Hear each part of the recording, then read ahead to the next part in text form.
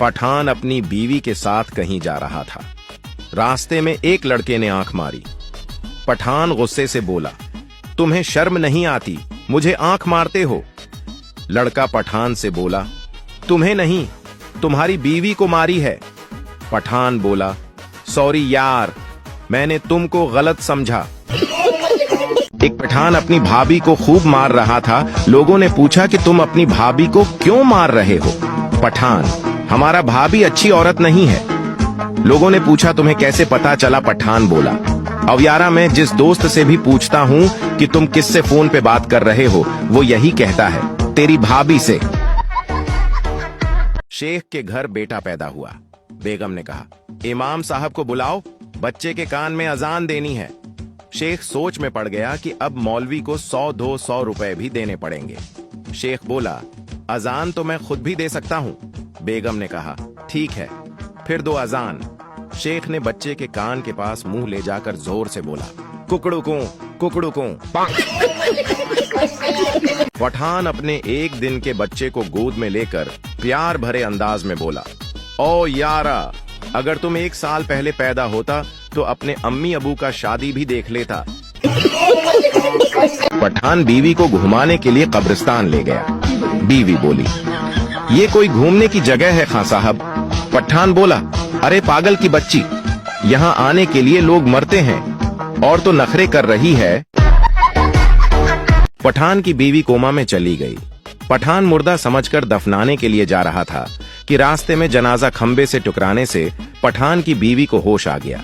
1 साल बाद पठान की बीवी फिर चल बसी सब कलमा पढ़ते हुए जा रहे थे। शवहर की जबान पर एक ही बात थी, खंबाबचा के खंबा बचा के। ट्रेन के एक पूरे डिब्बे में बारात बैठी थी। एक आदमी को जब कहीं जगह न मिली तो वह भी उसी डिब्बे में आकर बैठ गया। ट्रेन चल पड़ी। कुछ देर बाद बारातियों ने एक डिब्बा खोला और उसमें से मीठे चावल निकाले और सारी बारात में बांट दिए, लेकिन उस आदमी को नहीं दिए। वह चुपचाप बैठा रहा कि कोई बात नहीं, शायद उन्होंने मुझे देखा नहीं। थोड़ी देर बाद बारातियों ने एक और डिब्बा खोला, उसमें से बर्फी निकाली और सबको बांट दी, लेकिन उसे फिर भी नहीं दी। उसे बहुत गुस्सा आया कि मैं भी तो इसी डिब्बे में बैठा हूँ, मुझे भी दे देते तो क्या जाता, लेकिन उसने फिर भी सब्र कर लिया। बारातियों ने लड्डू निकाले और सबको एक एक लड्डू दिया, लेकिन उसे फिर भी न दिया। अब तो आदमी का गुस्सा और बढ़ गया। वह खड़ा हुआ और जोर से बोला, अल्लाह करे इस डिब्बे पर बिजली गिरे और तुम सब मर जाओ।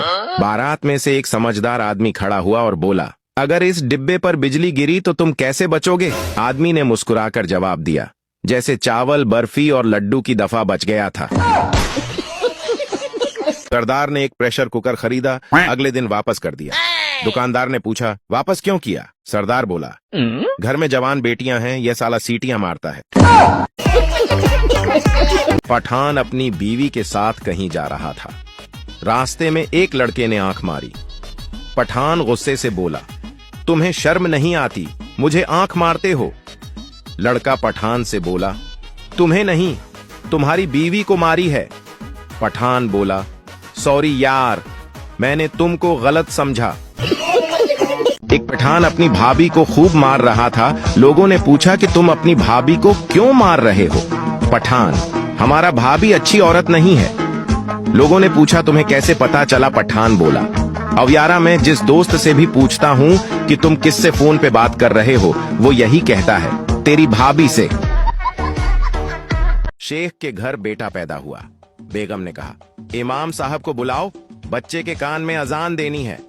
शेख सोच में पड़ गया कि अब मौलवी को 100-200 रुपए भी देने पड़ेंगे। शेख बोला, अजान तो मैं खुद भी दे सकता हूँ। बेगम ने कहा, ठीक है, फिर दो अजान। शेख ने बच्चे के कान के पास मुंह ले जाकर जोर से बोला, कुकड़ू को, कुकड़ू को। पठान अपने एक दिन के बच्चे को गोद में लेकर प्यार भरे अंदाज में बोला, ओ यारा, अगर तुम 1 साल पहले पैदा होता तो अपने अम्मी अबू का शादी भी देख लेता। पठान बीवी को घुमाने के लिए कब्रिस्तान ले गया। बीवी बोली, ये कोई घूमने की जगह है खां साहब?